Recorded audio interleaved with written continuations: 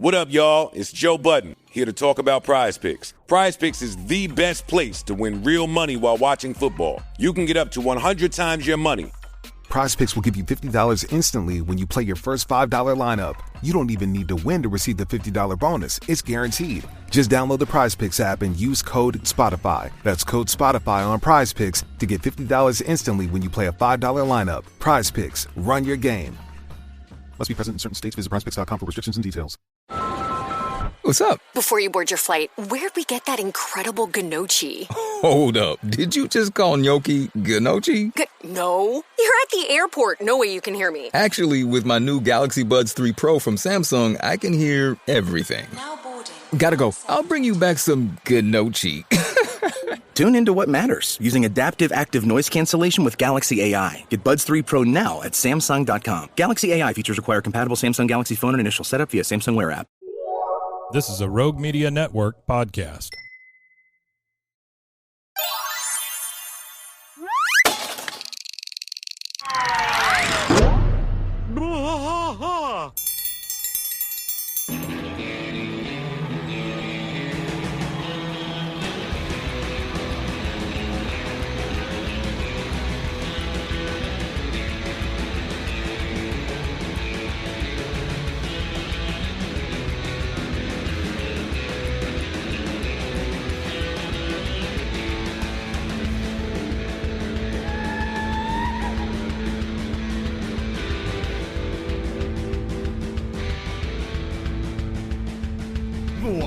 Fight all through the night, deep in the heart of Texas. The trailer park is nice and dark, deep in the heart of Texas. That drinks his brew and he spits his chew, deep in the heart of Texas. The TV blares, but no one cares, deep in the heart of Texas. Here we go.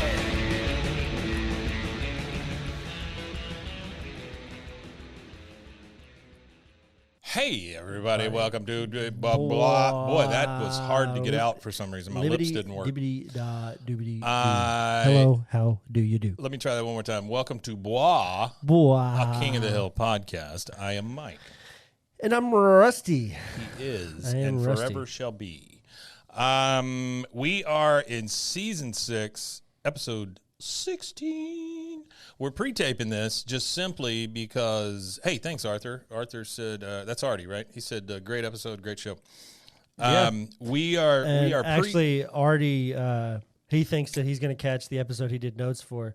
Unfortunately for Artie, we did 2 episodes today. That's true. And you missed the episode. But we brought up the holy name of Artie during the Make sure you're live, though, because last time Artie was talking and he was in post. But hit the live button, Artie, and you'll see where we're at. So this is 6 ABE 13 in the year of our Lord. It is Season 6, Episode 16, Beer and Loathing from April 7th, 2002. We are pre-taping this because next week Rusty is having a human, and so we'll have to I am. Here's the thing: it's a lifelong burden for you having a child. For me, it's a week off, so I kind of like that. Yeah, it's not bad. There you go, 1 week off. Not bad. All right, let's get into this. No bell, no yell. I don't think I said that on the last one, but by the way, 15, no bell, no yell. All right, so we start in the alley. Without Bill. There's no Bill.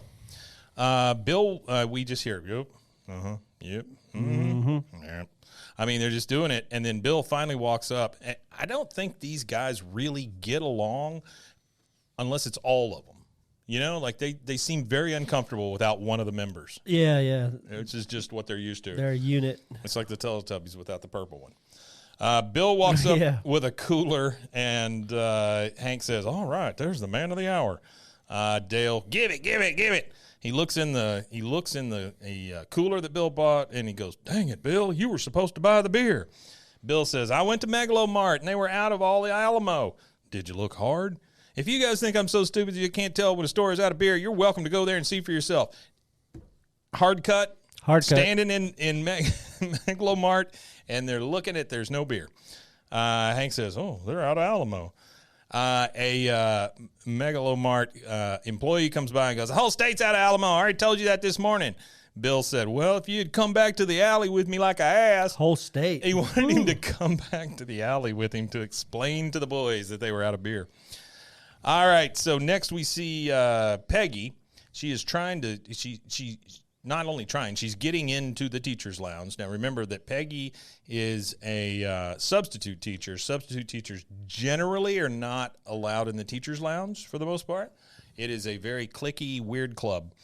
But she goes in, she sees the copier, and she's just pushing the button because there's another woman in there. And so she's kind of putting on here. She says, I have a good mind to put my fist through this thing. The other teacher comes up and goes, you probably forgot to put in the code. She goes, oh, right, the code. What is it again? She goes, are you a full-time teacher? I said, well, today I'm a full-time Spanish teacher. Yeah. She goes, oh, so you're a sub. I mean, you can hear it in her voice. So you're a sub. She goes, I'm sorry. I don't think that relationship exists between teachers and subs, does it? It's more like teachers like subs because you come and do my job so I can go home. You can like subs. My problem with subs, and again, teaching art and rockets and robots and stuff like that, my problem with subs is they never did the work I left for them.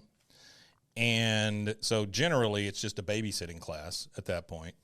And if they did do any of it or tried to do any of it, they would leave a huge mess and just throw up their hands and walk out. Yeah. That was always my issue with it.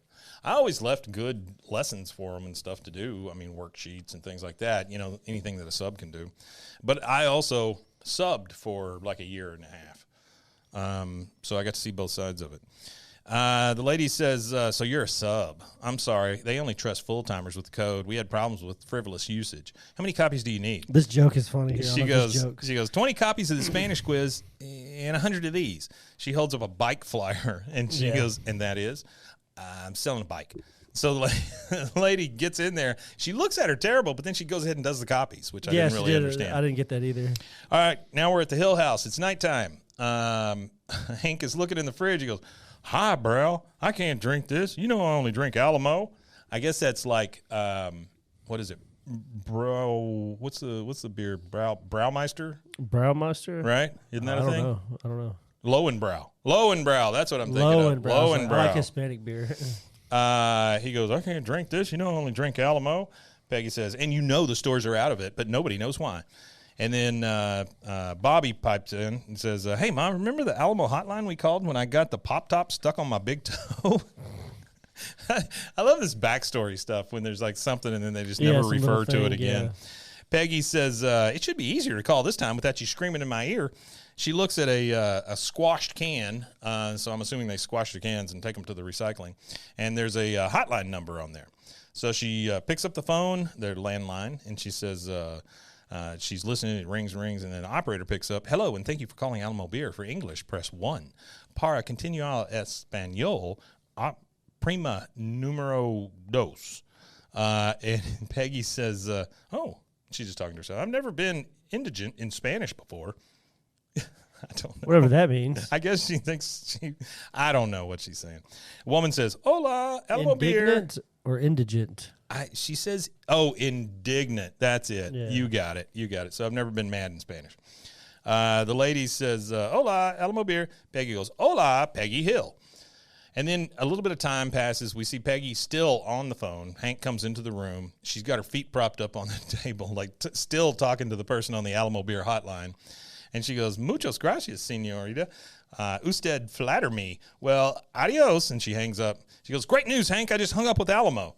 Hank's like, oh, good. That's great. He goes, that is great, yeah. Yeah, what'd they say? What happened to all the beer? Right, the shortage. It didn't come up. She goes, but they liked my Espanol so much they offered me a temp job as a bilingual customer service representative. He says, whoa, that's even better. You'll be on the inside working in the same facility as Brewmeister Conrad Skip Meinhofer IV. You can ask him what's going on with the beer. Conrad Skip Meinhofer IV. That's Don't the name guy. Your kid Conrad Skip Meinhofer. That is the guy that buys the ski mountain and tells all the regular people to leave, right? In any 80s movie. That's the guy. Meinhofer the Fourth. Or he's like a villain in an Austin Powers movie. He could be. Yeah. $1 billion. $1 billion. All right, so now we're at the Alamo factory. Peggy's going in there and getting her badge. The lady at the factory says, "This is your VIP card. It designates you as a very Alamo person." That means nothing. She goes, "It gets you into all the restricted, employee-only areas of Alamo." She uses her badge to swipe her into this next place, and she goes, "This will be your cubicle," which is, she says it's your desk, but it's a cubicle. She goes, "Welcome to the Alamo family." Peggy sits down. She goes, "Well, it's a little early, but what the hell?" She's got a box of Alamo crap there, and Peggy thinks she's just going to get drunk at 10 in the morning. Hell yeah, why not? She goes, "No, Peggy, this is your box of Alamo-mentos." Alamo-mentos. Yeah. She goes, "Alamo mug, Alamo hat, Alamo keychain, and a don't drink and drive T-shirt." Peggy says, "Oh, are these items available to the general public?" Lady says, "Nope." She goes, "Then I will treasure them." Yeah, that's the way Peggy is. Adolph Coors the Fourth. Yeah, absolutely. Arthur, good pickup. All right, so now Adolph Coors the Fourth. Adolf Coors the Fourth. Yep. Adolf Hitler the Fifth. What did he say? Oh, Coors. No, he said Coors. Yeah. Man, what if your name was Adolf Hitler? That would be rough. All right. I think that his nieces and nephews didn't get married or have kids. They did a pact. The so Heatlers? the name died. Yeah, there was. He had some nephews and nieces that lived in New York. It was like not Argentina. 2 nephews and a niece, maybe, or 2 nieces and a nephew, something like that. But they had all vowed and made a pact that the bloodline dies with them. So they never had kids or anything. I thought he was hanging out in Argentina with Elvis. That's what I thought. No, Elvis is a preacher named something Joyce. Okay. Bill Joyce or Bob Joyce or something like that. We need to catch a service. No, it's funny, like how uncanny he is like Elvis. He sings like gospel songs, and I thought it was Elvis cosplay at first, but it's really the guy. He really sounds like Elvis. His voice is almost you need similar. To send me that. He looks similar to Elvis. To yeah, I'll see if I can find something for you on that. It's pretty wild. I as a small child, this is how old I am. I did see Elvis at the Astrodome. Yeah, with you my said parents. that. Yeah, I know yeah. I've said that before, but Elvis came up, so I had to good, say it again. All right, so we're out in the alley, and they are trying to get Bill to settle on a beer here. Bill, you have to make a decision. We got red lager, pale ale, amber nut, honey beer, and then he goes, "Oh, I don't know. I'm too old to learn all this stuff." Hank walks up. He goes, guys, great news. Peggy got a job at Alamo. She'll find out what's going on with our beer. And they're just like, yeah. Dell says, "I'll tell you what's going on with our beer. They sold it to the Japanese who'll change the formula and repackage it in square bottles that'll only fit in cup holders in Japanese cars." They have round cup holders, too, in Japanese Bill cars. says, "Changing formula? I don't like change." Yeah, there's no square cup holders in Japan.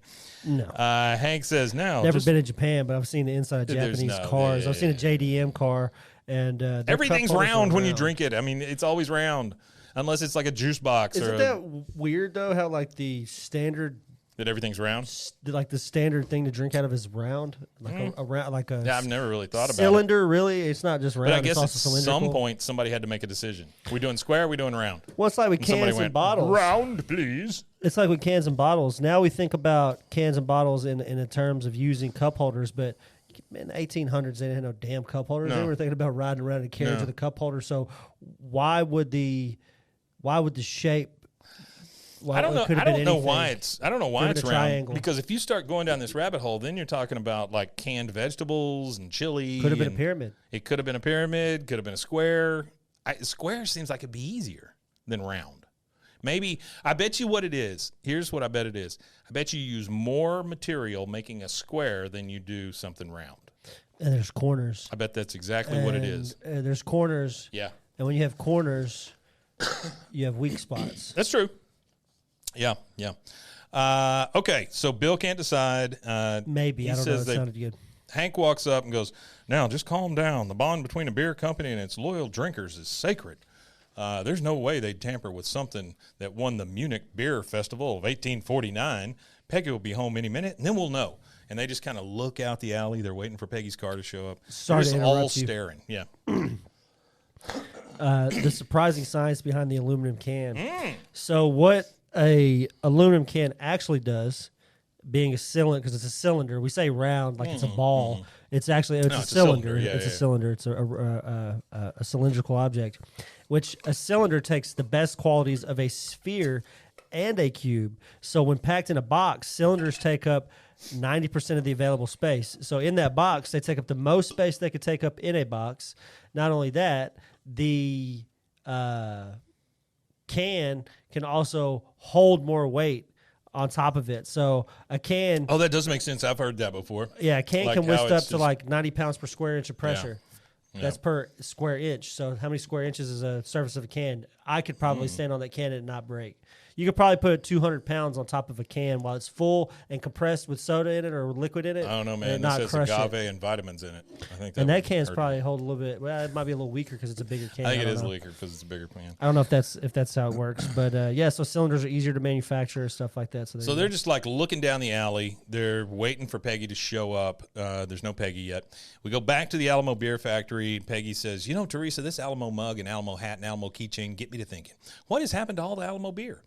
We now know the lady at Alamo is named Teresa. Teresa says, I'd be happy to tell you, but first I'm going to need your Jane Hancock on this.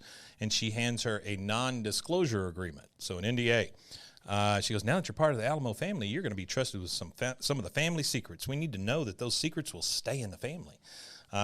Peggy, as proof, says, liar. She goes, I have never had a problem keeping a secret. Ask any of the gay teachers I've worked with, which you couldn't because I would not tell you who they were.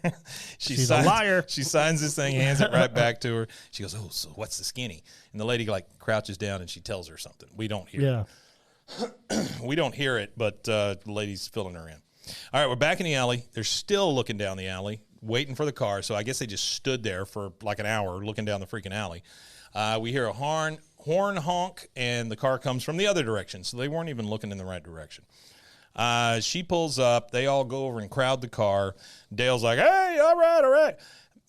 Hank comes up and says, oh, come on, guys, get away from the car. Alamo employee coming through. She gets out, and she says, gentlemen, the mystery is solved.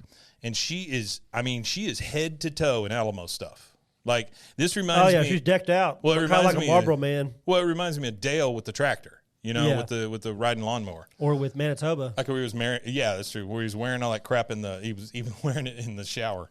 Yeah. Okay, so she says, the mystery is solved. She's all decked out. Bill's like, what do you find out? Dale, please, Peggy. She goes, unfortunately, that's all I can tell you. Hank, what? Why?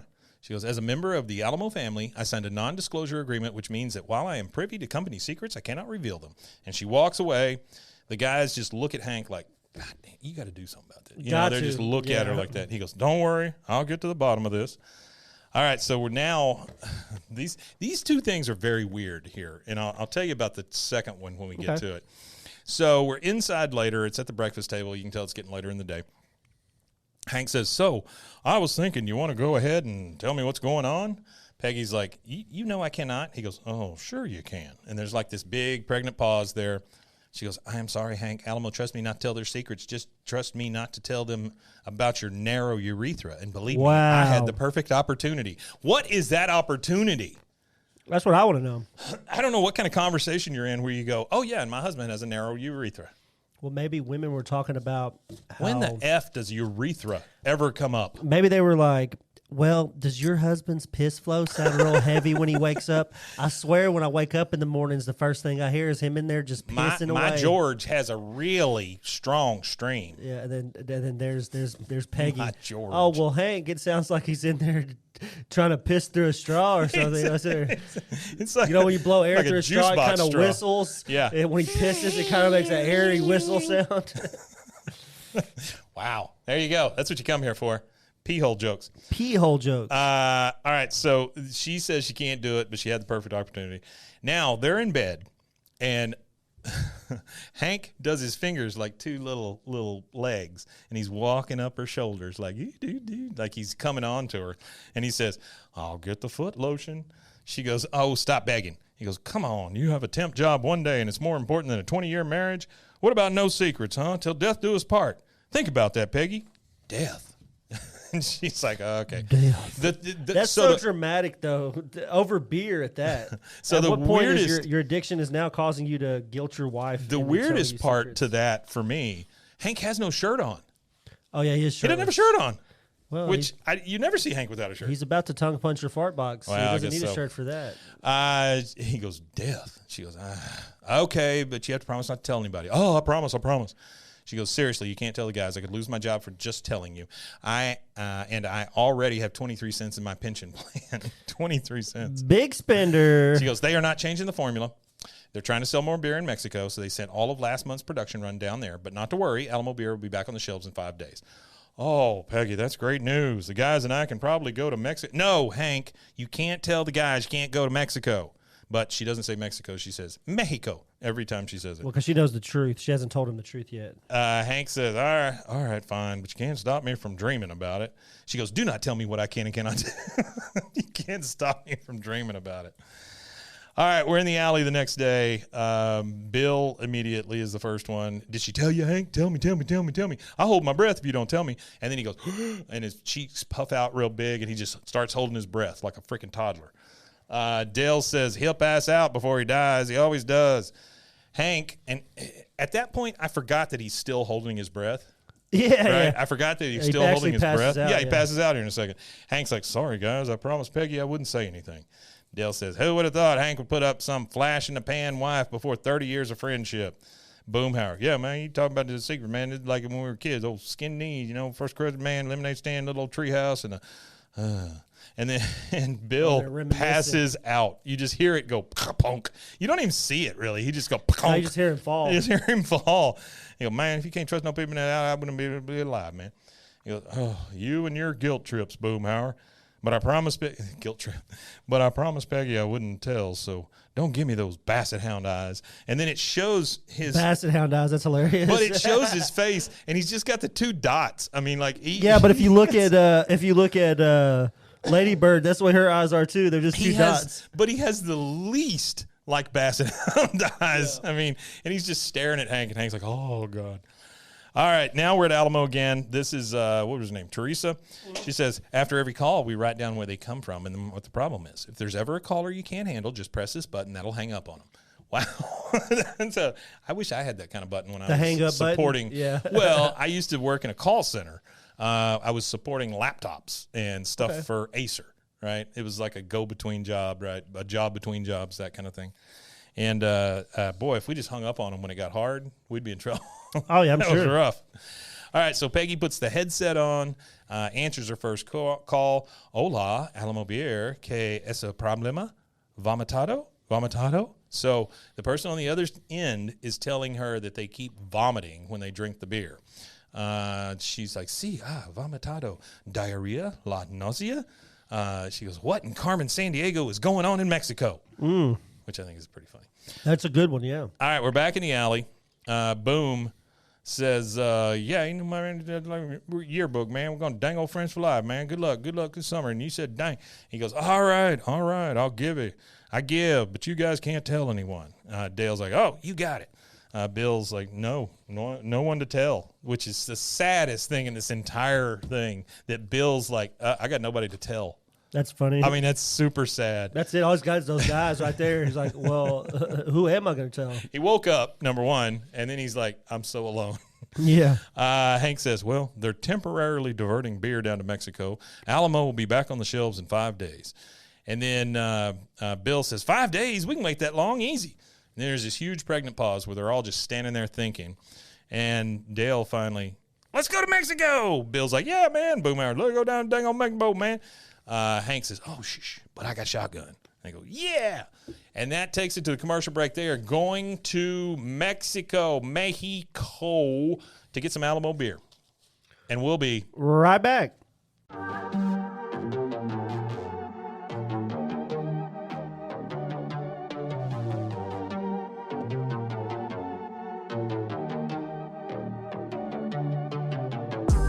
Hey, y'all, I'm April. Hi, I'm Caroline. And we have a new podcast for you. What's it called, Caroline? Bloody Happy Hour. It's going to be your new favorite guilty pleasure. We're going to talk about some bloody stuff. Serial killers. True crime. Rapists. Why not join us? We'll have a good time. You literally never know. I don't know what I'm going to say. Bloody Happy Hour. Apple Podcasts, Spotify, or wherever you listen to podcasts.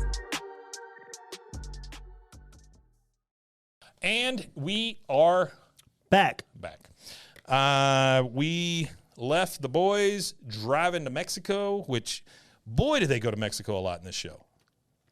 There's a lot of Mexico There's crossing. a couple of Mexican trips. A lot of Mexico trips. Which, that one where he doesn't have a bicycle at the end. Like, he has to get on somebody else's bike and they're riding through the desert. Border towns used to be a little safer. At this time, they were a little safer. Yeah, not Cartels got crazy in the 2000s. Oh boy. All right, so we're back at the Alamo factory. Peggy storms into the boss's office. And by the way, this is a glass office, right? It's got glass walls. So you see her storming in. She goes, Teresa, there is something you should see here. Look. And she's showing her like the thing where she wrote it all down when the people called. She goes, vomiting, diarrhea, nausea, vomiting, diarrhea, nausea. It sounds like a Pepto-Bismol commercial. The cartels even have their own genre of music. Oh, yeah. It's the one where they tell the stories about killing people. Narco corridos. Yeah. She goes, vomiting, diarrhea, nausea. All of those calls were from Mexicans, is what she said. Mexicans. This line here is this is fantastic. She goes, now their Spanish wasn't great, but I was able to get it. They got sick after drinking Alamo. You mean the people that live in Mexico and speak Spanish for their first language? It wasn't great? Yeah, your Spanish isn't great is what I think she meant to say. Her She's Spanish isn't very good. Substitute teacher.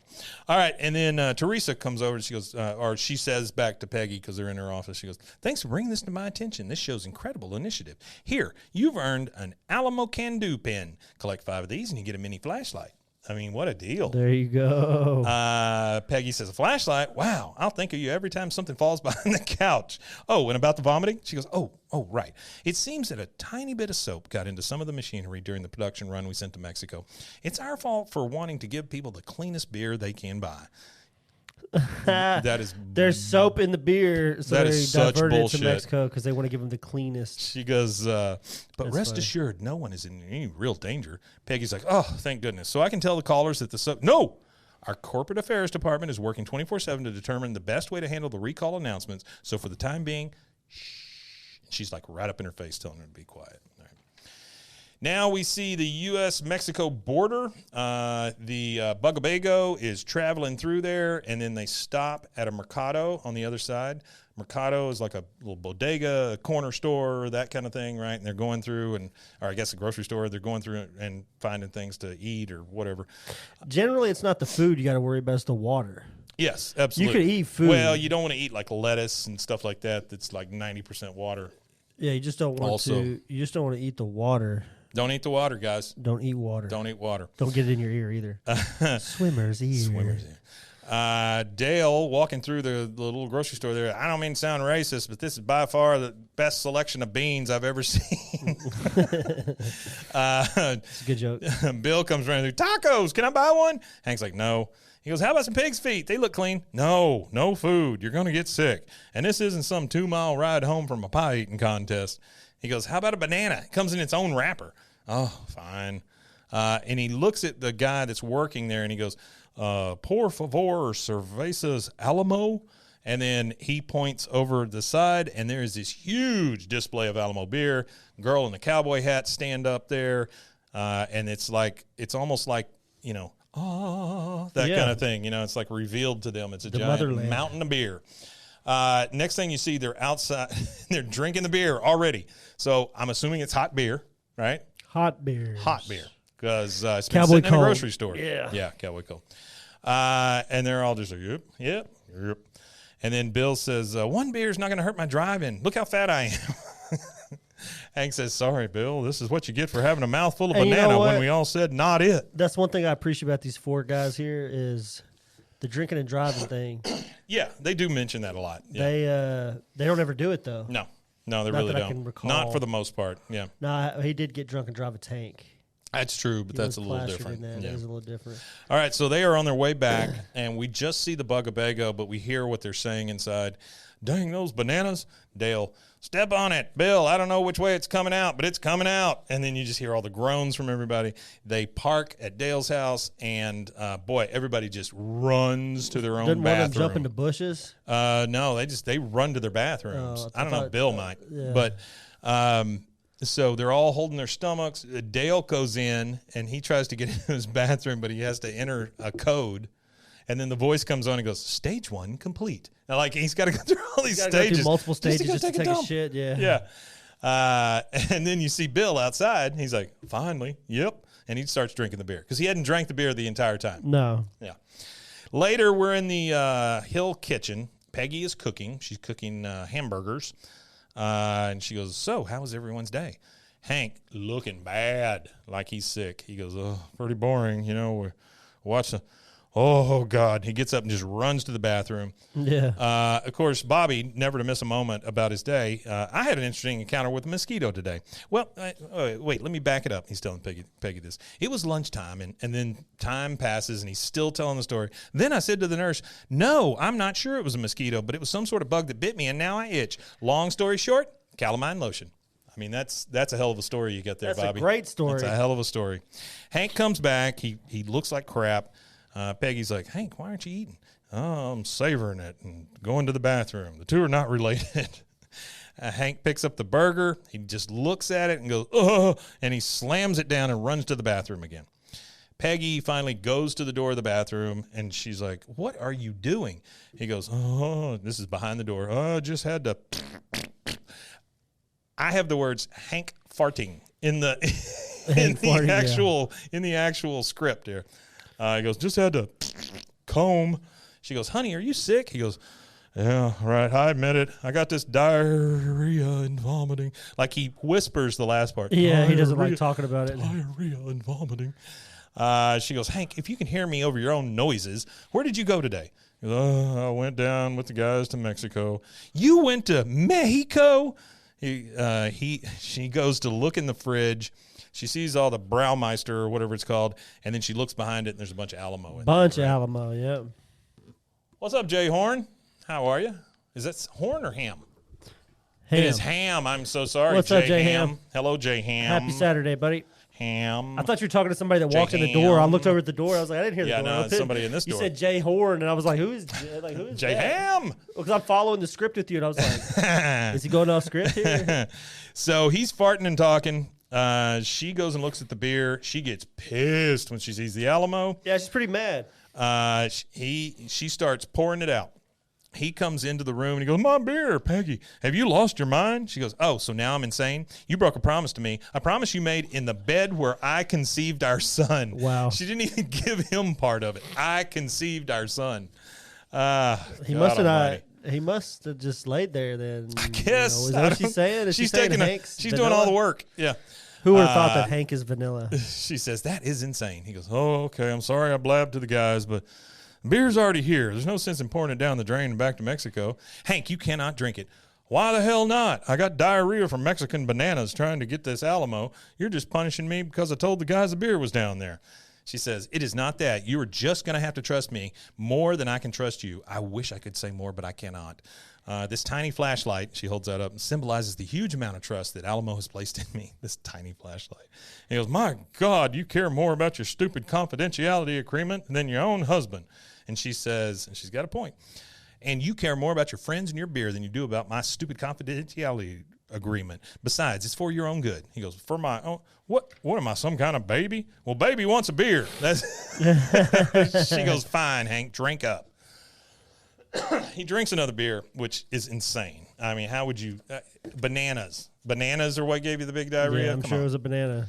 So we're back in the alley with the guys. They all look rough. And Hank says, where does Peggy get off being so mad at me? Yes, I broke her confidence and lied about it, but she's still keeping something from me. Dale says, exactly, Hank. She and just pukes over to the side. He comes back and goes, damn that filthy Mexican banana. Bill says, don't blame the bananas. I ate more than anyone. Peels included. That's Peels savage. included. That's savage. And then he says, and I didn't get sick until hours after you guys did. Hank said, we had bananas and beer. We came home. What else could have made us sick? And Bill starts drinking the beer. Hank clocks him drinking the beer, and he's like, oh, my God, the beer. And then every one of them spit takes. They're just like, they all spit it out. And he says, and Peggy knew. And then from Bill, you get, and that's it. It's just a Bill fart. Again, this is more farts in this script than I've ever read. Okay, so now Hank is sitting in the dark waiting for Peggy to come into the house. You know, like in one of those noir. Yeah, like a noir thing. You know, he's got the slats of light coming up through it and all that. He's sitting there, and she comes in. Peggy. As she's turning it. Yeah. Hello there, Peggy. What you know? What you do? She comes into the room. She turns on the light. And he goes, hello, Peggy. She goes, oh, hi, Hank. He goes, you remember that old Alamo Beer commercial? The one where the father and the son have a fight over who dented the car, and then they make up over a cold Alamo? Well, Peggy, I dented your trust, and I want to make up. And he slides a can of Alamo over to her because he knows at this point, and she's not saying. She goes, well, that's okay, Hank. I forgive you. And she slides it back. He goes, please, after what I've done to you, you deserve it. And he slides it back over. He goes, unless there's a reason you don't want to drink it. She goes, there's no, I can't think of a, she just kind of laughs. And then she opens the beer, drinks the entire thing, like, just to prove a freaking point. And then the absolute next scene, Peggy's behind the door in the bathroom vomiting. Mm-hmm. So Peggy's sick. All the boys are sick. She knew she was going to get sick, which is insane. She drank it anyway. And we're going to leave it right there for the next commercial break, our last commercial break, and we will be right back. There it is. We did it.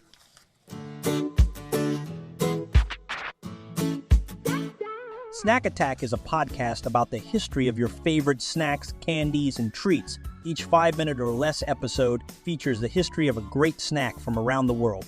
We'll also visit what the status of the snack is today and give you a little knowledge to lord over your friend. Snack Attack is available anywhere you get your podcast or at roguemedianetwork.com. Let's get snacking.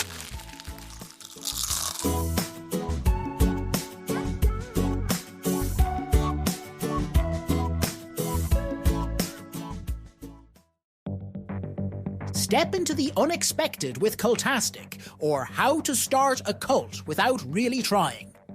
A podcast where cult creation unfolds in the most unpredictable way. Join us on a unique journey into the world of theoretical cult formation. Unlike any other podcast, each episode of Cultastic is co-written in part using ChatGPT, and we let it decide our fate, good or bad. What makes Cultastic truly intriguing? We don't know what's coming each week. Together with our AI co-author, we'll discover and build this cult, one episode at a time, exploring various aspects of cult dynamics, leadership, and group psychology. Delve into themes of charisma, influence, and the power of group thinking. It's a blend of expert analysis, theoretical exploration, and the unforeseen twists of AI-generated ideas. Remember, Cultastic is an exercise in imagination and education where we weave a narrative one episode and one tenant at a time. Curious about where this journey will take us? Subscribe to Cultastic or How to Start a Cult without really trying on your favorite podcast platform or at roguemedianetwork.com.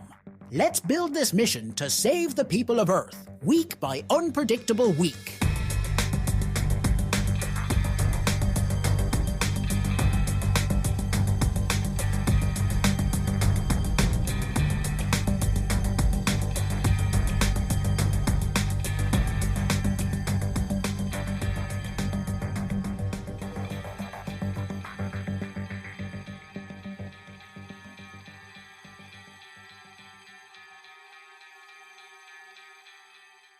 All right, and we are back. I don't know why I brain fart when you say that. Oh, it's okay. Yeah, we're back. Every time you say it, though, I'm like, what do I say now? So Peggy's in the bathroom. She's hugging the toilet. Hank's talking to her, and he goes, "My wife lies to me. My beer company betrays me. Americans are giving Mexicans diarrhea. What the hell is going on?" That's funny. Peggy says, "This is just stomach flu, which you gave me. Thanks a lot, Hank." He goes, "Where are you going? Put some laxative in Bobby's Cocoa Puffs?" Because she's taking off. She goes, "I am off to work where I can vomit without being accused." So now we're at the Alamo Beer factory where she is working. She marches into the boss's office again. "What is going on with this recall announcement? I have seen nothing about it in the beverage trade magazine in the ladies' room." Well, that's where you get your news. Yeah. The lady at the Alamo, or Teresa, she goes, "It turns out, according to Mexican law, the marketing that sold tainted beer could be held responsible, or the market." She goes, and if those markets are shut down, where will the people of Mexico buy food for their children? Alamo is against child starvation. She goes, Peggy, we always have been. How about you? Peggy's like, well, yeah, of course, but I'm also against people with diarrhea. Isn't there a way to warn them? Oh, Peggy, I know what you're going through. That's why I married someone in the company, a barley man. She just walks out. Barley man. A barley man. All right, later at the Alamo, still at Alamo, Peggy's on a call because that's what she's doing now. Hola, Alamo Beer. Sí, vomitita la diarrhea. And then she looks at a picture of Hank. Hank's got his big old smiling mug on there, and she's made the decision that Hank is more, you can just see it in this picture, that Hank is more important than this dumb job she's got as a temp job. So now she's on the phone still. Hank storms into the front office of Alamo Beer. Oh, he's pissed. And he's talking to the receptionist. He goes, excuse me, I demand to see Mr. Meinhofer IV. And the receptionist says, I'm sorry, sir, but without an appointment. And then Hank again says, I know you're just trying to do your job, but there's no way you were trained to deal with a customer as dissatisfied as I am. That's hilarious. Peggy, hearing Hank's voice, stands up, and she's kind of watching everything that's going on here. So she's kind of getting clued into what Hank's doing. Yeah. And then the elevator opens. Off comes Meinhofer IV, and what we find out are all his lawyers. So, and he's already in the middle of something. He goes, I want to open the board meeting tomorrow with a joke. Not to tie your hands, but maybe something about a giraffe. And then Hank, which is great because they do a callback. Hank comes up and says, Mr. Meinhofer IV, I'm Hank Hill, Strengthened Propane. For the last 20 years, Alamo has been part of my family like favorite uncle who lives in the refrigerator. But you knowingly sold tainted beer to the good people of Mexico. That is not a crime, but it should be. Now, I would like an apology. Meinhofer IV is a dick. Yeah, he is a dick. Mr. Strickland, Alamo Beer is not your uncle. Not Mr. Strickland. Yeah, that's weird that it says Mr. Strickland. But yeah, he called him Mr. Strickland. No, he called him Mr. Strickland because he's not listening to him. Oh, he's not listening to him. I got you. Yeah. He's like, I'm Hank Hill, Strickland Propane. He goes, Mr. Strickland. Alamo Beer is not your uncle. Not your uncle. We are not family. We are a Delaware limited liability corporation. The beer we sell in Mexico is as pure as the beer we sell in America. Peggy hears this. She goes, what? He's lying. He continues. So unless you are one of our shareholders, we don't owe you anything, especially an apology. We will not stand by while you libel our product with your baseless accusations. Now, I am not a litigious man. That's why I have lawyers. Well, then that makes you litigious. He points to the other guys. And then Hank's like, are you threatening me? He goes, I don't threaten people. That's why I have security guards. Security guards come up and they start trying to move Hank. He goes, you're kicking me out? Okay, fine. I'm kicking you out of my refrigerator. Peggy sees this, and that's the final straw for her. She's kind of pissed now. So she comes up with a plan.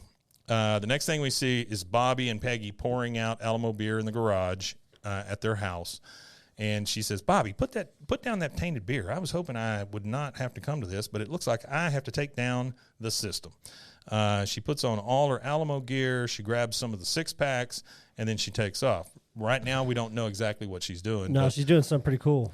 She sneaks into, which is the boardroom. Weird. Yeah. Okay, it's weird to me that this temp employee has a badge that'll get her into the executive boardroom. That seems odd. But she sneaks in like she's the male person. It could just be like a formality. It could all be like on the same code, and they just tap the badge to get into a door. Kind of like schools, and a teacher can get in any room in the school with their little NFC tag.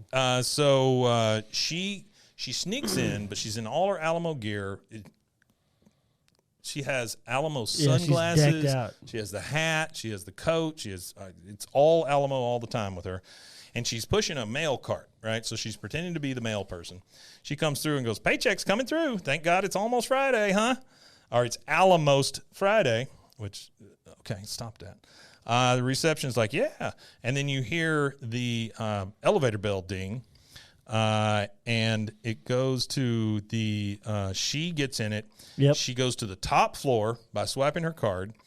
She sneaks into the boardroom, which they already have Alamo cans on ice in the boardroom in a couple of bowls. She takes those out, puts the tainted beer in the bowls, right? And then outside, you hear Meinhofer IV and his lawyers yucking it up. And he goes, so the freaking giraffe orders beer, and the bartender says, you want a long neck? And the giraffe says, I have a choice. And then they all laugh because it's the funniest thing ever. That is pretty funny. They go in, they sit down in the boardroom, and they all pop a beer and they start drinking. And Meinhofer says, this beer is fresh off the line. You see Peggy kind of sneak out. We've already shipped it all over Texas. Oh, God. And then he starts coughing, and they all get up, and they all run to the refrigerator. They all run to the toilet at the same time. So they got sick super quick. Yeah, they got sick like immediately. So it probably sat there and festered up a little longer. Yeah, the beer I don't had a doubt chance. The whatever was wrong with it had a chance to mellow and sit there. So if you've ever drank anything that had any kind of soap residue in it, you know exactly what that is. I mean, you throw up, it's coming out of both ends at that point. Fun fact: soap's not great. They probably don't use soap when they clean a lot of these factories.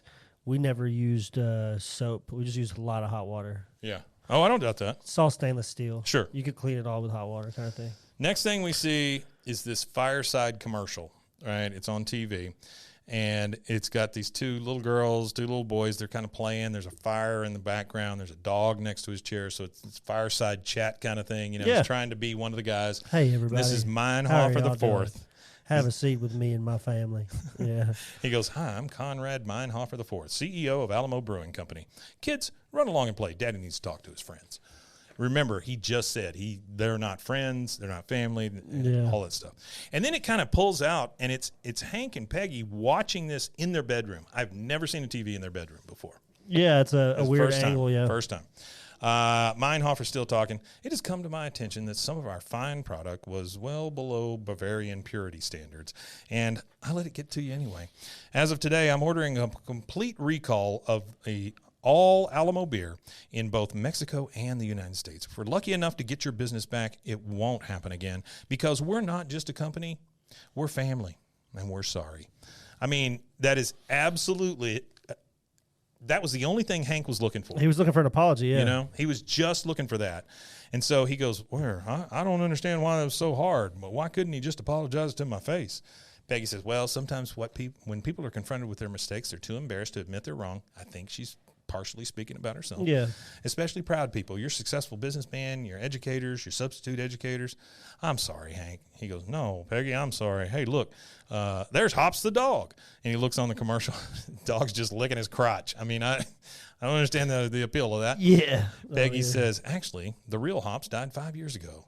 It's one of the company's secrets. Pass it on. And that's it. We get to the credits. Lemonade Stand's old little treehouse. Yeah, after the credits, Boomhauer. Lemonade Stand, old little treehouse. Old Boomhauer. All right, man. That is Man and Misses and all in between. That is Season 6, Episode 16, or 6ABE13, Beer and Loathing from April 7, 2002. You want to tell them where they can find us? Yep. You can find us at BWAAAKOTH.com. You can find us on YouTube.com /@BWAAA. That's 3 A's, BAAAKOTH. There you go. Artie has a really good point. He goes, FYI, once she punched in her code to get access to the boardroom, they could track that back to Peggy. And that's absolutely true. That's what I was saying. True. I don't know why they let her have one of those. That's it, guys. If you would, please check out our Patreon. We've got a little $3 thing. It really helps kind of keep the lights on and stuff. It does. And we've got more coming. Congratulate Rusty next week, maybe like after Wednesday. And tell him happy baby.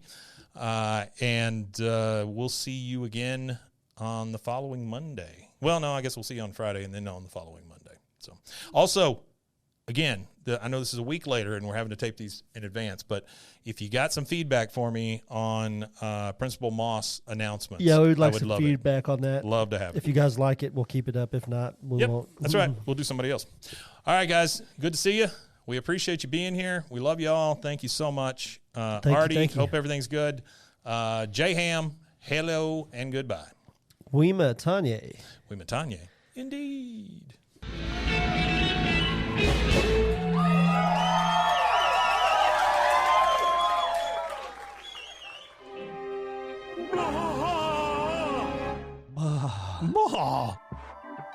This has been a Rogue Media Network production. Are you a podcaster? Let's talk podcast hosting. Are you tired of your current podcast host? Need real support in a community that gets it? At Rogue Media Network, we offer top-tier podcast hosting services to help you thrive. From hosting and distribution to dedicated support, we've got you covered. Starting as low as $25 a month. Join our community of passionate podcasters today. Contact us at hello@roguemedianetwork.com.